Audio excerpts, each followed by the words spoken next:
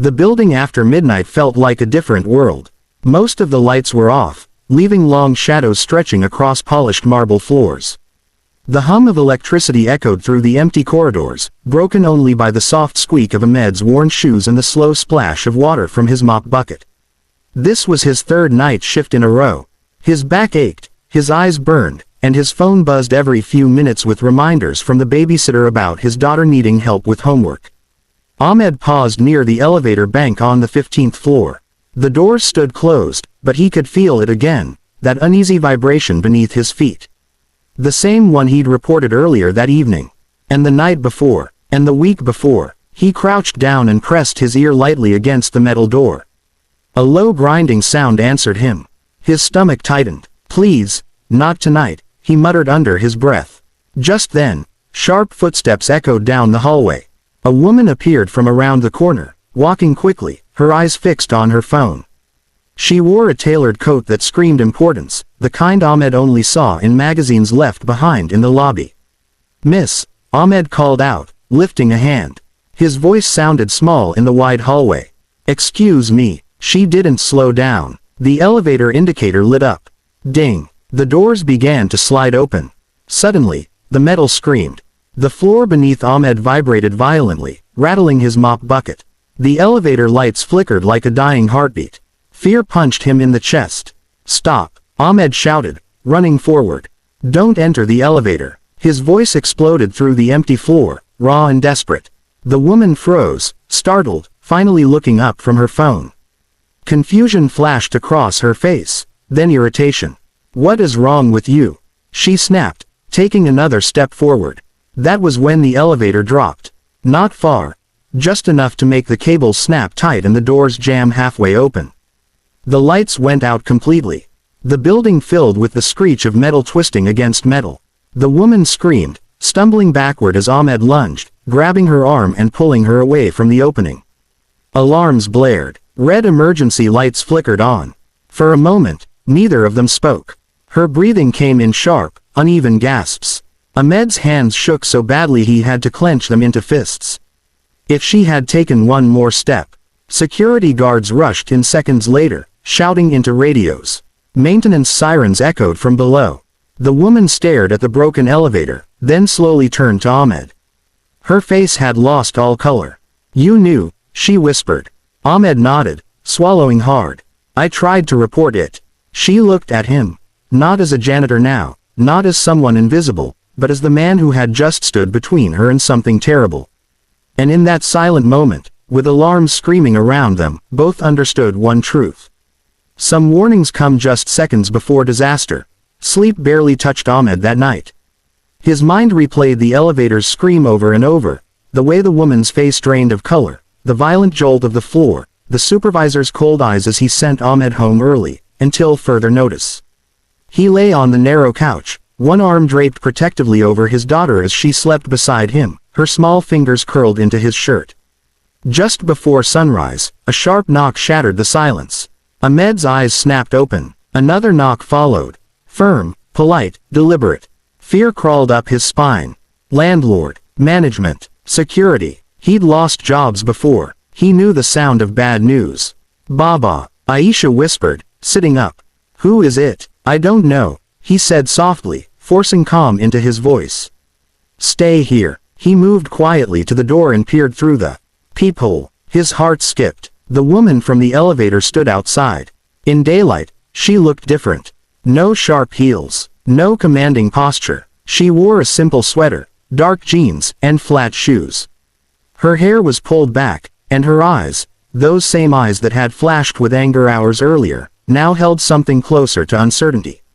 Ahmed opened the door only halfway. "Yes," he asked. "I'm sorry to come unannounced," she said quickly. "I'm Sarah Malik." The name struck him like a blow. "Malik Properties, the owner. I wanted to thank you," she continued. "But more than that, I needed to see you." Ahmed stepped aside slowly, still unsure if this was a dream or a mistake. Inside, the house was small and modest. Faded couch, second-hand table, children's drawings taped to the walls. Sarah's gaze moved gently, taking it all in without judgment. Aisha peeked from behind the doorway. Sarah smiled. Hello. Aisha waved shyly. She's beautiful, Sarah said softly. Ahmed cleared his throat. I was told not to come in today.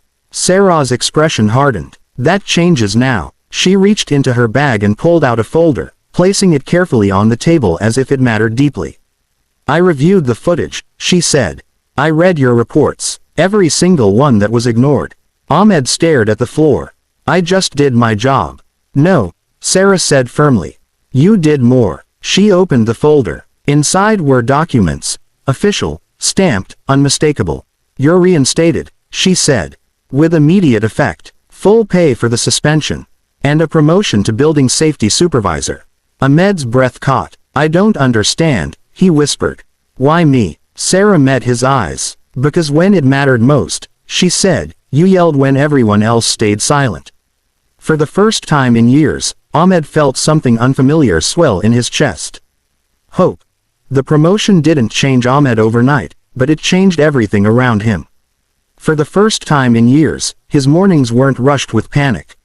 He walked Aisha to school instead of dropping her off half asleep. He attended parent-teacher meetings without asking for time off he couldn't afford. The weight on his shoulders didn't vanish, but it finally eased enough for him to breathe. At the building, people treated him differently. Some offered awkward smiles, others avoided eye contact, a few whispered behind his back. Ahmed noticed it all but said nothing. He focused on his work, inspecting cables, filing safety reports, walking floors with purpose instead of a mop. Sarah noticed too. She stopped by more often, not announced, not surrounded by assistants. Sometimes she asked about safety updates. Other times, she simply stood beside him in the lobby, watching people come and go as if studying the rhythm of ordinary lives she'd never fully lived. One evening, they sat near the maintenance office sharing tea from paper cups. You're good at this, Sarah said. You see things others ignore. Ahmed shrugged. When you're invisible, you learn to observe. The words lingered between them. He told her about his wife, how illness took her slowly, how grief came fast. How he learned to braid hair, pack lunches, and smile even when he felt empty. Sarah listened without interrupting, her expression unreadable. My childhood was loud, she admitted quietly. Meetings, staff, expectations. But somehow, lonely. Ahmed studied her then. Not as a powerful CEO, but as a woman who had survived her own kind of absence. Their conversations grew longer. Laughter slipped in. Comfortable silences formed. But not everyone approved. A supervisor cornered Ahmed one afternoon. People are talking, he warned. You're moving up too fast. Ahmed went home troubled. That night, he told Sarah the truth. I don't want to be a reason for rumors. I can step back. Sarah's jaw tightened. You didn't ask for privilege, she said. You earned respect. Still, the pressure grew. Emails, side glances, unspoken accusations. Ahmed stood at a crossroads, security or dignity. Then Aisha surprised him. Baba, she said one evening, the lady from your work, she makes you smile. Ahmed looked at his daughter, stunned. Sometimes children saw what adults feared. And in that moment, Ahmed realized something important. This wasn't about status or gossip.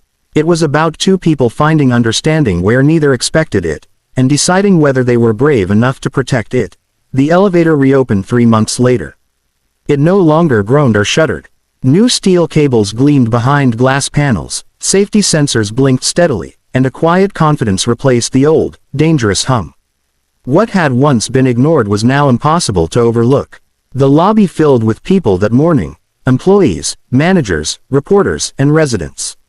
Ahmed stood near the back, adjusting the collar of his borrowed blazer. He wasn't used to attention. His hands still felt more comfortable holding tools than applause. Aisha stood beside him, gripping his hand tightly. You okay, Baba? She whispered. He smiled down at her. Better than okay. Sarah stepped onto the small stage near the elevator bank. She wasn't dressed like a CEO that day. No sharp suit, no distance in her eyes. She looked directly at the crowd, then toward Ahmed. Safety isn't just policy, she began. It's people, and sometimes, it's one voice willing to shout when silence feels easier. Murmurs rippled through the room.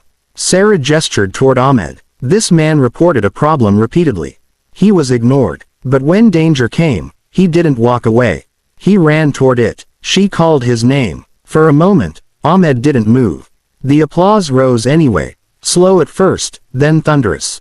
Aisha squeezed his hand and pulled him forward. As he stood beside Sarah, lights flashed. Cameras clicked, but all Ahmed could see was his daughter's proud smile. Sarah leaned in and spoke softly. That night didn't just change company policy. It changed me. She handed him a small plaque, Head of Building Safety and Compliance. Ahmed cleared his throat. I just did what I'd want someone to do for my family, he said. His voice shook, but he didn't stop. Everyone deserves to be heard, no matter their title. The crowd fell silent, then applauded again.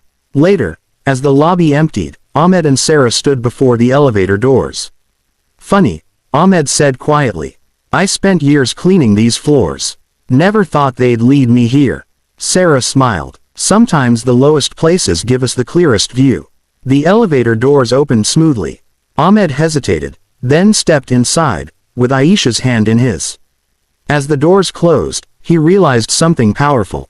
That elevator had once nearly taken everything from him.